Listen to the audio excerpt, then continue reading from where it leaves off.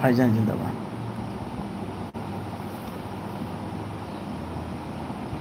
আমি একটা জিনিস চিন্তা করছি ভাইজান, পীর পরিবারের সন্তান তহা সিদ্দিকী চাচা যান রাজনীতি উনি সাপোর্ট করতে পারে, তার ব্যক্তিগত ব্যাপার। আমি কাকে সাপোর্ট করছি আমার ব্যক্তিগত ব্যাপার। কিন্তু রাজনীতিতে আসবে পীর পরিবারের সন্তান, কিন্তু তহা সিদ্দিকী চাচা যান মেনে নিতে পারে না। বাস্তব ঠিকই বলেছে উনি। আমরা দেখলাম কয়েকদিন আগে চাচা যান ওনার ক্রীড়ার মানে ক্রীড়া প্রতিযোগিতায় উনি বললেন মুখ্যমন্ত্রী যদি কেউ হতো ফুরফুরা শরীফে দাদা হুজুর 5 হুজুর হতো।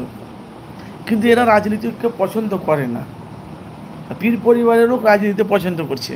সেই নিয়ে তহসিল দিকে চাচা যান অনেক রকম মানুষের কাছে বিভিন্ন রকম কথা বলেছে, একদম সম্পূর্ণ সঠিক বলেছে।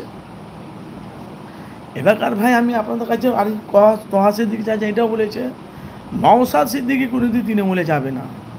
কেন বুঝে আমি ছোটো থেকে তোকে দেখছি, নওশাদ তৃণমূলে কোনো দিনই যাবে না, যতই যাই হোক। আর নওশাদ সিদ্দিকী তো তৃণমূলের কাছে বিক্রি হয়নি, বিক্রি হওয়ার জন্য নয়, যে যার রাজনীতি যে যার পার্টি সে তাকে সাপোর্ট করবে ভাই। কিন্তু আমি যে আলোচনা করছি কাসেম সিদ্দিকী এই যে তৃণমূলে হয়ে যে কাজ করতে চাইছে, সে কাজ কি কিন্তু কাসেম সিদ্দিকী ভাইজান করতে পারবে? ওটাই আমি আপনাদের কাছে নিয়ে আলোচনা করছি ভাইজান। যিনি নওশাদ সিদ্দিকী বাংলায় এতটা মানুষের কাছে গভীরে পৌঁছে গেছে বলা খুব মুশকিল। আর আমার লাইফে আজকে আসতেও আমার দেরি হয়ে গেছে। আমি কি বুঝি ভাই, বুঝতে পেরেছেন? আমার লাইফে আসতো বলে আজকে আব্বাস সিদ্দিকী ভাইজান একটা গজল ছেড়েছি, শুনেছেন? আব্বাস সিদ্দিকী একটা গজল ছেড়েছি, শুনেছেন? যাদের হৃদয় না, যাদের হৃদয়ে আছে আল্লাহর ভয়, তারা কবু পথ ভুলে রয় না। আব্বাস সিদ্দিকী একটা গজল, এই আমাদের ফুরফুরা শরীফে ভীমপুরে আজকে 3 দিন হলো উনি একটা জলসা করেছিলেন। সেই কয়েকটা ভিডিও আমার কাছে আছে, ছাড়িনি, আমি আপডেট করিনি, করব।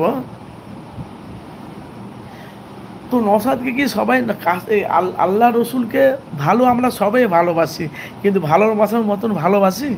আজকে আমরা দেখেন না ফুরফুরা শরীফে 2 পীরজাদা, 2 রাজনীতিতে।